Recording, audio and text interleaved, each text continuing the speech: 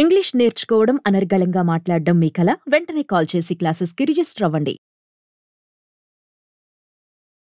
Hello viewers, welcome back to Suman TV. ప్రస్తుతం మనతో పాటు ఉన్నారు పబ్లిక్ స్పీకర్, మోటివేషనల్ స్పీకర్ రజనీరామ గారు. మేడంతో మాట్లాడదాం. నమస్తే మ్యామ్. నమస్తే నవీన. మనం చాలా వీడియోస్ చేసాం, ఏ ఏజ్లో పెళ్లి చేసుకోవాలి, అసలు అబ్బాయి కానీ అమ్మాయి కానీ అని. ఈరోజు పర్టికులర్గా ఆడపిల్లలకి ఏ వయసులో పెళ్లి చేస్తే కరెక్ట్ ఉంటుంది? మామూలుగా చూసుకుంటే 18 సంవత్సరాలు దాటాక మేజర్ అవుతారని అంటారు. మరి ఇప్పటి రోజులు చూసుకుంటే 16, 17, 18, 19లో లవ్ అనేసి ప్రేమించి పెళ్లి చేసుకున్న వాళ్ళు మనం చూస్తున్నాం కొంతమందిని. అయితే తర్వాత వాళ్ళకి అవగాహన లేక ఇబ్బందులు పడే పరిస్థితులు కూడా మనం ఎదురవుతున్నాయి. ఒక్కసారి ఈరోజు ఆడపిల్లకి ఏ ఏజ్లో పెళ్లి చేస్తే బాగుంటుంది అంటే ఏం చెప్తారు? వాళ్ళ ఇంటి స్థితిగతులను బట్టి ఉంటుంది నవీన. వాళ్ళ ఒక్కొక్కరికి ఫైనాన్షియల్ మ్యాటర్స్ బాగుండకపోవచ్చు, వెంటనే పెళ్ళిళ్ళు చేయాలంటే అవ్వదు. ఇప్పుడు ఈ రోజుల్లో కట్నాలు లేవు అని అనుకుంటున్నారు, కానీ అరేంజ్డ్ మ్యారేజ్ చేయాలనుకునే వాళ్ళు సంబంధాలు వెతకాలి అని అనుకుంటే వాళ్ళు అడుగుతున్నారు, వీళ్ళు ఇస్తున్నారు ఉన్న దాంట్లోనే. ఇప్పుడు ఈ మధ్య ఎన్ని కేసులు చూసాం మనం? కట్నాలు కట్నాలు కట్నాలు అని చెప్పి చాలా కేసులు చూసాం కదా మనం. అంటే ఏంటంటే అలా అరేంజ్డ్ మ్యారేజ్ చేయాలని అనుకున్న వాళ్ళు వెతుక్కోవాలి, టైం పడుతుంది. సూటబుల్ మ్యాచ్ చూసుకోవాలి అని అంటే తర్వాత వాళ్ళ డిమాండ్స్ ఉంటాయి. వీళ్ళు కూడా అన్నీ సమకూర్చుకుని చేయాలంటే కొంత టైం పడుతుంది. సో అందరికీ ఒక టైం అని మనం చెప్పలేము. అయితే అమ్మాయిలు కూడా ఏంటంటే చదువుకుంటారు. గ్రాడ్యుయేషన్, మినిమం గ్రాడ్యుయేషన్ ఉండాలి. గ్రాడ్యుయేషన్ అంటే చదువు అనేది చాలా ఇంపార్టెంట్. ఫస్ట్ ప్రయారిటీ చదువుకే, చదువుకోవాల్సిందే. ఇప్పుడు చదువులు ఏంటంటే బీటెక్లు చదువుతున్నారు, లేకపోతే ఎంబీఏలు, బీబీఏలు, ఇలాంటి బీసీఏలు చదువుతున్నారు. గ్రాడ్యుయేషన్స్ తర్వాత టైం ఉంటే పీజీస్ చేస్తున్నారు. సరే, మనం చెప్పుకోవాలంటే మినిమం గ్రాడ్యుయేషన్ చేసిన తర్వాత క్యాంపస్ సెలక్షన్స్ వస్తున్నాయి. లేదు అని అంటే వాళ్ళు అప్లై చేసుకుంటున్నారు, మంచి జాబ్స్ వస్తున్నాయి. ఇదంతా ఏ ఏజ్కి అవుతుందండి నవీన గారు? ఒక 22 ఇయర్స్కి అయిపోతుంది కదా. ఎవరు 1 month 2 months కూడా గ్యాప్లో ఉండటం లేదు. అంటే ఇక్కడ 2 విషయాలు ఏంటంటే, ఒకటి ఈ అమ్మాయి సంపాదన ఇంటికి అవసరమా అనేది ఆలోచించుకోవాలి. అంటే ఇందాక చెప్పినట్టు ఇల్లు మరీ దీనస్థితిలో ఉంది, ఇల్లు నడవట్లేదు, కొంత సహాయంగా ఉంటుంది అనుకునే వాళ్ళకి అమ్మాయి కొన్నాళ్ళు ఉద్యోగం చేసిన తర్వాత జాబ్ పెళ్లి చేస్తే బాగుంటుంది అని అనుకుంటారు. ఏ సమస్య లేదు, అన్నీ బాగున్నాయి అని అనుకున్నప్పుడు గ్రాడ్యుయేషన్ అయిన తర్వాత ఏదైనా జాబ్ చేయాలి అని అనుకుంటే ఇప్పుడు ప్రతి అమ్మాయి జాబ్ చేయాలి అనే అవసరం లేదండి. ఎందుకనంటే మన కాళ్ళ మీద మనం నిలబడద్దా, మీరు ఆడవాళ్ళు అయ్యండి ఇలా చెప్తున్నారా అని అనుకుంటారేమో. అంటే మన ఆలోచనలు ఎంతెంత ముందుకు వెళ్తూ ఉంటాయో అంతంత సమస్యలు వస్తూనే ఉంటాయి కదా. ఇప్పుడు ఇంట్లో నుంచి ప్రతి స్త్రీ బయటకు వెళ్తూనే ఉంది ఇల్లు తాళం పెట్టి. మరి బయట స్త్రీలకు సెక్యూరిటీ సెక్యూరిటీ సెక్యూరిటీ అంటే ఎవరు సెక్యూరిటీ ఇస్తారు? ఎవరికి వాళ్ళే సెక్యూరిటీ తీసుకోవాలి. ఇవి అంటే లింక్ అనమాట. ఒకదానికొకటి సమస్యలు ఉంటూనే ఉంటాయి. అలాంటప్పుడు మనము అవసరం ఉన్నా లేకపోయినా మనము ఇన్వైట్ చేసుకోవాల్సిన అవసరం ఉందా ప్రాబ్లమ్స్ని? మనకి ఇప్పుడు జాబ్ అవసరం లేదు, మనము వెంటనే మ్యారేజ్ చేసుకోవచ్చు, లేకపోతే ఇంట్లో వాళ్ళు చేద్దాము అని అనుకున్నారనుకోండి. జాబ్ ఒకవేళ జాయిన్ అయినా కూడా ఆఫ్టర్ మ్యారేజ్ కూడా కంటిన్యూ చేసుకోవచ్చు. లేదు జాబ్ రాలేదు, మ్యారేజ్ అయిన తర్వాత అప్లై చేసుకోవచ్చు. అంటే జాబ్ చెయ్యాలి అనే ఇంట్రెస్ట్ ఉంటే కనుక. లేదు మా అమ్మాయికి జాబ్ అవసరం లేదు, మేము మంచి మ్యాచ్ చేస్తాము, మంచి కుటుంబంలో ఇస్తున్నాము, చక్కగా ఒక హౌస్ వైఫ్గా ఉండి హెల్త్ చూసుకుంటూ ఇల్లు చూసుకుంటూ ఉంటే చాలు అనుకునే తల్లిదండ్రులు కానీ అమ్మాయి కానీ అవతల మ్యాచ్ చేసుకునే వాళ్ళు కానీ ఆలోచనలు అందరివి కలిసాయి అనుకోండి, అమ్మాయి జాబ్ చేయాల్సిన అవసరమే లేదు. అప్పుడు 22 ఇయర్స్కి మ్యారేజ్ చేయొచ్చు. 22, 21 ఇయర్స్ అంటే ఇప్పుడు చాలా చిన్న వయసు. ఒకప్పుడు అది చాలా పెద్ద వయసు. 15, 16 సంవత్సరాలకి పెళ్ళిళ్ళు చేసే వయసులో 20 దాటిందంటే అమ్మో 20 ఏళ్ళు వచ్చేసిన సంబంధాలు దొరకవు అని అనేవారు. ఇప్పుడు అట్లా లేదు. మినిమం గ్రాడ్యుయేషన్ అయిన తర్వాతే చేసుకోమని నేను చెప్తున్నా. ఎందుకు అంటున్నానంటే ఇది మల్టిపుల్ లాభాలండి దీనివల్ల. ఒకటి హెల్త్ మొత్తం మంచి కండిషన్లో ఉంటుంది. బ్రెయిన్ ఎలా ఉంటుంది తెలుసా, మౌల్డ్ అయ్యే విధంగా ఉంటుంది. అప్పుడు ముదిరిపోరు వాళ్ళు. కాబట్టి అప్పటి వరకు స్కూల్లో చదువుకుంటారు, కాలేజీలో చదువుకుంటారు, కాబట్టి బ్యాడ్ లెసన్స్ ఏవి తీసుకునే అవకాశం ఉండదు. జస్ట్ కాలేజీలో చదువుకుంటారు, ప్రశాంతంగా ఇంటికి వస్తారు, ఫ్రెష్గా ఉంటారు.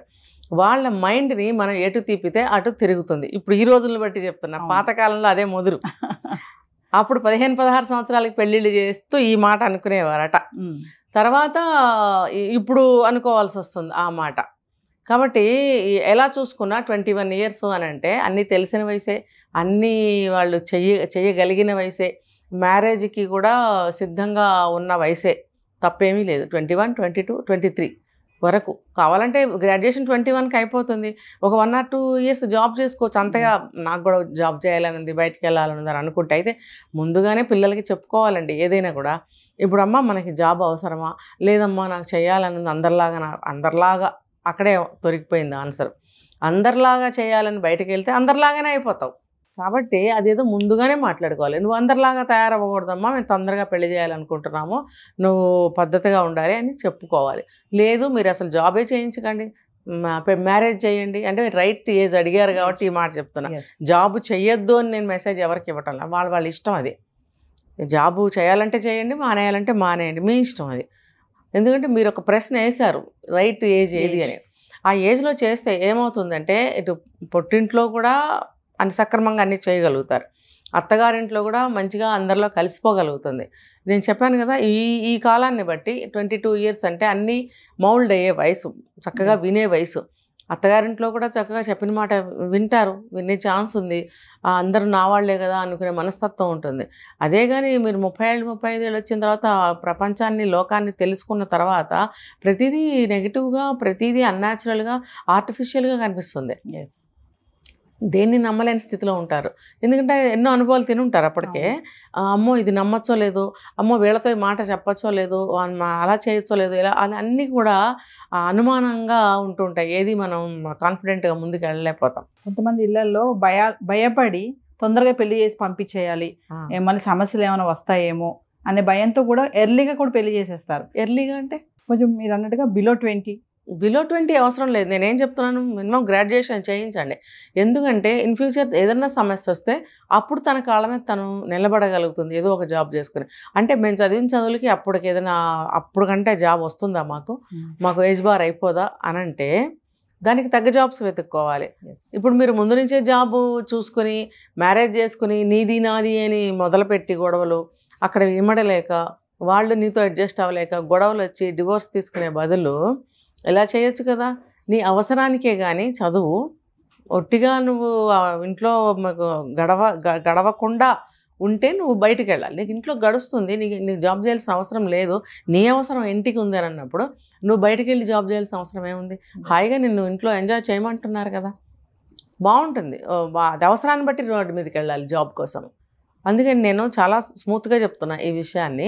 ఎవరు కూడా నెగిటివ్గా తీసుకోవాల్సిన అవసరం లేదు. ఇది ఎవరి ఇష్టం వాళ్ళది. ఎవరు ఎంత వయసుకి మ్యారేజ్ చేసుకుంటే నాకు వచ్చింది ఏమీ లేదు కదా.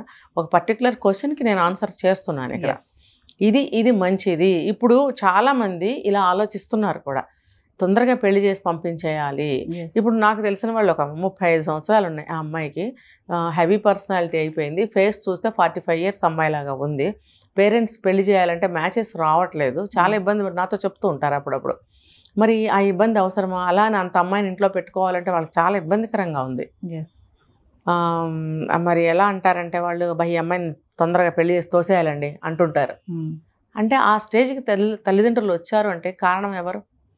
తల్లిదండ్రులే కదా. ఇప్పుడు చాలాసార్లు మనం ఎన్నో టాపిక్స్లో మనం చెప్పుకున్నాము, ప్రతి దానికి కూడా మూల కారణం దాదాపుగా తల్లిదండ్రులే ఉంటున్నారు.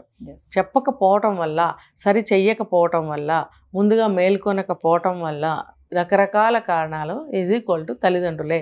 కొంతమంది అమ్మాయిలు అయితే మేడం పెళ్లి చేసుకోకుండా ఉండిపోతున్నారు. మనం చాలా వీడియోలో ఇది కూడా మాట్లాడుకున్నాం. భయపడి పెళ్లి అంటే భయపడి బయట ఉన్నటువంటి సమాజంలో జరుగుతున్నటువంటి పరిస్థితులు చూసి కొంతమంది 30-40 వచ్చినప్పుడు పెళ్లిళ్ళు చేసుకోవట్లేదు, కొంతమంది పెళ్లిళ్ళు అవ్వట్లేదు కూడా.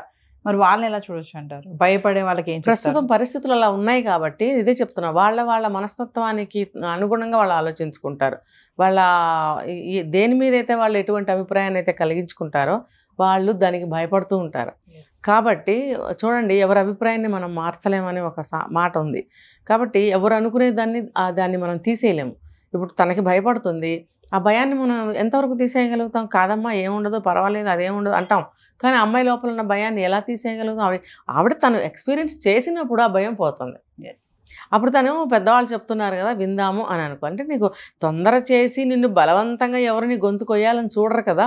ఇప్పుడు లోకంలో ప్రతి ఒక్కళ్ళు పెళ్లి చేసుకుంటున్నారు, లైఫ్ లీడ్ చేస్తున్నప్పుడు నువ్వెందుకు భయపడాలి? దాన్ని మనం తెలివితేటలతోటి టాలెంట్ తోటి మనం ముందుకు తీసుకెళ్ళాలి లైఫ్ని. ప్రతి దాన్ని కూడా మనం బాధపడకూడదు, దాన్ని ఒక స్ట్రగుల్గా అవ్వకూడదు, ఒక నెగిటివ్గా తీసుకోకూడదు. ప్రతి దాన్ని కూడా ఎంజాయ్ చేస్తూ ఉండాలి. ప్రతి ఒక్క పీరియడ్ని కూడా, ఇప్పుడు కష్టకాలం వచ్చిందండి, అమ్మో నేను కూడా కష్టాలు వచ్చినాయి, అమ్మో నాకు కష్టాలు వచ్చినాయి నేను బాధపడుతూ కూర్చుంటే కాదు. అది సినిమాలో చూపించినట్టు ఇలాగ ఒక రింగ్ తిప్పేస్తే పక్కకు వచ్చేస్తే కష్టాలు తీరిపోతాయి. ఎవరో పెద్దవాళ్ళు వస్తారు, సహాయం చేస్తారు. అదే దేవుడు సినిమా అయితే దేవుడు ప్రత్యక్షమై బోళ్ళు ఇస్తాడు. కానీ మరి మనకు అలా అవ్వదు కదా. అప్పుడు ఏం చేయాలి? దీనికి ఒక సామెత ఉండనే ఉంది, కష్టాలు మనుషులకు కాకపోతే మానవులకు వస్తాయా అని. అంటే ప్రాక్టికల్ లైఫ్లో ఈ మాటని అన్వయించుకుంటూ బ్రతుకుతారు కదా. అది ఆ మాట అలా ఉన్నా కూడా దాంట్లో ఎంత అర్థం ఉందో చూడండి. వస్తాయి, మనుషులకే వస్తాయి. ఇంకొకటి చెప్తారు, వెలుగు నీడలు, సూర్యుడు చంద్రుడు లాంటి కష్టాలు కూడా. సూర్యుడు వెలుగు వస్తుంది, మళ్ళీ చీకటి వస్తుంది. చీకటి వచ్చినప్పుడు భయపడకూడదు, వెంటనే కొన్ని గంటలు ఆగితే వెలుతురు వస్తుంది. మంచి ప్రపంచం అంతా సూర్యుడు వెలుగు తీసుకొస్తాడు. ఆ వెలుగులోనే కదా ఎన్నో పనులు చేసుకుంటూ ఆనందంగా ఉంటాం. అలా చీకటి ఎంతో కాలం ఉండదమ్మా, కష్టాలు కూడా అంతే అని చెప్తూ ఉంటారు. ఇలాంటివన్నీ పెద్దవాళ్ళు చెప్పాలి. పెద్దవాళ్ళు అంటే ఇప్పుడు మిడిల్ ఏజ్ స్త్రీలు వాళ్ళ పిల్లలకి ఏమీ చెప్పటం లేదు, ఎందుకంటే వాళ్ళకే తెలియదు. మరి వాళ్ళ అమ్మలు కానీ వాళ్ళ అమ్మమ్మలు కానీ వాళ్ళతో ఏం మాట్లాడేవారు కాదా, ఏం చెప్పేవారు కాదా, ఇది మరి నాకు తెలియదు. ఒక 50-55 సంవత్సరాల ఉన్న స్త్రీకి ఇవన్నీ తెలుసుంటాయి. తెలియలేదు, పిల్లలకి చెప్పలేదు అంటే ఆశ్చర్యంగా ఉంటుంది. తెలిసి కూడా చెప్పలేదు అంటే ఆ ట్రెండ్ని తీసేద్దాము, ఆ పాతకాలం మాటలు, పాతకాలం భావాలు అవన్నీ మనం పాటించొద్దు, తీసేద్దాం, కాలం మారింది, అప్పుడు చెల్లినే కానీ ఇప్పుడు చెల్లవు, మా పిల్లలతో నేను అలా ఉండకూడదు, మోడర్న్గా ఉండాలి, మోడర్న్గా పెంచాలి అని అనుకున్న తల్లులు ఇలాంటివి పిల్లలతో డిస్కస్ చేయరు, మాట్లాడరు. అట్లీస్ట్ ఇలాంటి సామెతలు ఉన్నాయని కూడా వాళ్ళకి తెలియని కూడా తెలియదు. ఇప్పుడు నేను అక్కడక్కడ నాకు ఇలా ఏదైనా మాట్లాడేటప్పుడు ఒక సామెత చెప్పడం అనేది నాకు వచ్చినంత వరకు చెప్పాను అనుకోండి, చాలామంది హ్యాపీ ఫీల్ అవుతారు, ఆశ్చర్యపోతారు, మీకు భలే సామెతలు వస్తాయి అని. మనకి వచ్చినవి మనం ఎందుకు మర్చిపోవాలి? కొన్నే వస్తాయి మనకి కదా, ఆ వచ్చిన కొన్ని కూడా మనం ఎందుకు మర్చిపోవాలి? వాటిని మన పిల్లలకి ట్రాన్స్ఫర్ చేద్దాం, నేర్పిద్దాం. మా పిల్లలు కూడా నవ్వుతారు ఆశ్చర్యంగా, అమ్మ నీకు భలే వస్తాయి అమ్మాయివి, ఏదైనా మళ్ళీ చెప్పు అంటారు. అంటే వాళ్ళకి బాగుంటుంది వినటానికి. మరి మన ఎందుకు నేర్పట్లేదు? వాళ్ళు ఇష్టపడతారు, నమ్ముతారు, వాటిని పాటిస్తారు, మనమే చెప్పట్లేదు. తప్పెవరిది? పేరెంట్స్ కదా. ముఖ్యంగా మన ఆచార వ్యవహారాలను బట్టి తల్లి పాత్ర ఎక్కువ ఉంటుంది ఇంట్లో, అవునా కదా. మనం వాగినంత మగవాళ్ళు వాగరు. మనం ఒక 100 మాట్లాడితే వాళ్ళు 10-15 మాట్లాడతారు. మరి 100 మాట్లాడిన వాళ్ళం మనం ఉపయోగపడే పిల్లలకి నేర్పాలి కదా. నేర్పేదే తల్లి. మాట, ఆట, పాట అన్ని తల్లే నేర్పుతుంది. తల్లి దగ్గర ఉంటారు కాబట్టి చిన్న వయసులో తల్లినే అంటారు ఏదైనా కూడా. కాబట్టి మరి తల్లి ఏం నేర్పుతున్నట్టు? ఈ భయాల్ని, ఆందోళనల్ని అన్నీ కూడా తను దాటుకుని వచ్చింది కాబట్టి ఎలా క్రాస్ అవ్వాలి, ఏం చేస్తే క్రాస్ అవ్వగలుగుతాం అనేది తన ఎక్స్పీరియన్స్ ఉంటుంది కాబట్టి పిల్లలకి చెప్పాలి, తెలియపరచాలి. ఇప్పుడు ప్రెగ్నెన్సీ వస్తే అమ్మో 9 నెలలు మొయ్యాలా అంత బరువా అంటే, మొదటి నెల నుంచి మోస్తున్నప్పుడు 9వ నెల వరకు ఆ బరువు పెద్ద తేడాగా అనిపించదు. ఒక్కసారిగా ఇంత బరువు తీసుకొచ్చి మన పట్లో పడేయడు కదా భగవంతుడు. డే 1 నుంచి చూసుకుంటే కొంచెం కొంచెంగా పెరుగుతూ వచ్చినప్పుడు ఆ బరువుని ఏ నెలకు ఆ నెల మొయ్యగలిగే శక్తి ఉంటుంది. అది పెద్ద డిఫరెన్స్గా మనకు అనిపించదు అనేది వాళ్ళకి తెలియచేయాలి. అమ్మో ప్రెగ్నెన్సీలు వచ్చేస్తాయి బాబోయ్ మొయ్యాలా అనుకుంటే ఆ శక్తి దేవుడు ఇస్తాడు. ఆ సమయం అలాగా తీసుకెళ్తుంది మనిషిని, అంతే. అది పెద్ద బాధగా అనిపించదు, అది ఎక్స్పీరియన్స్ చేస్తే వస్తుంది. కాబట్టి పాతకాలంలో 10-15 మంది పిల్లల కన్నా తల్లులు ఇప్పుడు ఒక 50 ఏళ్ళు 55 ఏళ్ళు ఉన్న స్త్రీలు కూడా 5-6 మందిని కన్నవాళ్ళు ఉన్నారు ఇప్పటికీ కూడా. చెప్పుకుంటే 2 పిల్లలు జమానాయి కదా అంతా కూడా. మరి 5-6 కన్నవాళ్ళు ఇంకా ఉన్నారంటే ఆ తల్లి వాళ్ళ పిల్లలకి చెప్పలేదండి, ఇంతమందిని కన్నాను అట్లా ఏముండదు. అంటే ఈ ఒక్క విషయం గురించి అనే కాదు, ప్రతి విషయం గురించి తన ఎక్స్పీరియన్స్ని షేర్ చేయాలి పిల్లలు. ఎప్పుడు? ఏ వయసుకి ఆ వయసు నుంచి. ఏ వయసు కావాలి? 5 సంవత్సరాలకి చెప్పాల్సినవి 5 సంవత్సరాలకి చెప్పాలి, 10 ఏళ్ళకి చెప్పాల్సినవి 10, 20కి చెప్పాల్సి, అలా చెప్తూ వస్తే ఆ అమ్మాయికి లైఫ్ చాలా ఈజీగా ఉంటుంది. ఏ దాని పట్ల కూడా భయం అనేది ఉండదు. ఆ అమ్మ చెప్పింది ఏమి ఉండదులే. ఇప్పుడు తల్లి మీద గురి ఉంటుంది కదా, అమ్మ చెప్పింది ఏమి ఉండదు, అమ్మ చెప్తూ ఉంటుంది అదేం ఉండదంట అని వాళ్ళకి వాళ్ళు సజెషన్స్, ఆటో సజెషన్స్ ఇచ్చుకుంటూ ఉంటారు. అది ఆ రకంగా తల్లి తయారు చేస్తూ ఉండాలి. చేస్తూ ఉన్నప్పుడు దాంతోపాటే ఉద్యోగం చేయాల్సిన అవసరం ఉందా లేదా, ఇక్కడ మా పుట్టింటికి మాకు కానీ రేపు పెళ్లి చేసుకుని వెళ్ళినప్పుడు అక్కడ కానీ ఉందా లేదా, ఉంటే ఎప్పుడుంది, చేయాలా వద్దా, చేస్తే ఎప్పుడు చేయాలి అనేవన్నీ కూడా ఆవిడకి అర్థమయ్యేలాగా చెప్తూ ఉన్నట్టయితే ఒక మంచి మ్యాచ్ చూసుకున్నప్పుడు అవతల వాళ్ళని కూడా మనం అడగచ్చు, ఏమంటే మా అమ్మాయి ఉద్యోగం చేయాల్సిన అవసరం మాకైతే కనిపించలేదు, మేము పంపించలేదు అన్నప్పుడు మరి మేము ఉద్యోగం చేయించాలనుకుంటున్నాము అని అంటే, సరే మీకు ఇబ్బందికరంగా లేనంత వరకు కూడా చేయించుకోండి, అమ్మాయికి ఎటువంటి ఇబ్బంది అయినా వస్తే మరి అమ్మాయి ఉద్యోగం చేయదని ముందే మాట్లాడుకోండి, తప్పేమీ లేదు, ఏం తప్పలేదు. అలా చేసినప్పుడు వాళ్ళు కూడా తర్వాత చెప్పామంటే వర్కౌట్ అవ్వదు, ముందే చెప్పాం కదా అనే మాట ఒకటి పెట్టుకోవాలి మనం. పెట్టుకున్నప్పుడు వాళ్ళ అంత అత్యవసర పరిస్థితుల్లో అయితే వెళ్ళొచ్చు అనేది ఒకటి పెట్టుకుంటారు మార్జిన్. సో అలాంటి సందర్భాల్లో వాళ్ళు ఉద్యోగానికి పంపించగలుగుతారు. లేదు ఇన్ ఫ్యూచర్ భర్త జీతాలు తక్కువ ఉన్న, ఇంట్లో సరిపోకపోయినా పిల్లలతో తను విల్లింగ్గా తను కూడా వెళ్ళొచ్చు తప్ప 22-23 లోపల పెళ్ళిళ్ళు చేసుకుంటే మన ఒంట్లో ఉన్న శక్తి కానీ మనకున్న సమయం కానీ ఎంతో మనకి ఉపయోగకరంగా ఉంటుంది. ఆ సమయం అనేది చాలా మిగులుతుంది. మిగిలినప్పుడు చూడండి, ఇప్పుడు చాలా మందిని చూస్తున్నాం, ఒక 40 years దాటిన తర్వాత కూడా జాబ్కి వెళ్ళి జాబ్ చేసేవాళ్ళు ఉన్నారు. ఈ లోపల పిల్లలు కాస్త పెద్దవాళ్ళు అవుతున్నారు, కాలేజ్ వరకు కూడా వచ్చేస్తున్నారు వాళ్ళు.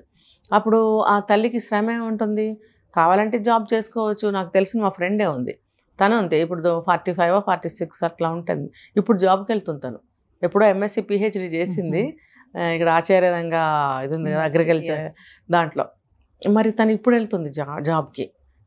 అంటే పిల్లలు కాస్త పెద్దవాళ్ళు అయ్యారు, కాలేజీకి 10th అట్లా వచ్చారు, ఇప్పుడు వెళ్తుంది.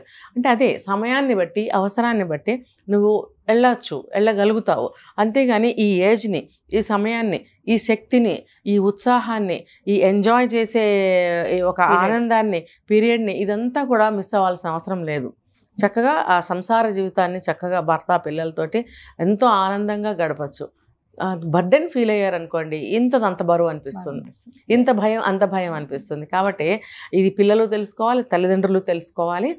చక్కగా ఇటువంటి అగ్రిమెంట్స్ చేసుకొని సంబంధం చూసేటప్పుడు వాళ్ళతో మాట్లాడుకుంటే ఈ వైవాహిక జీవితాలు, కుటుంబాలు, బంధాలు, బంధుత్వాలు అన్నీ కూడా మళ్ళీ పాతకాలం లాగానే చక్కగా జరుగుతాయండి.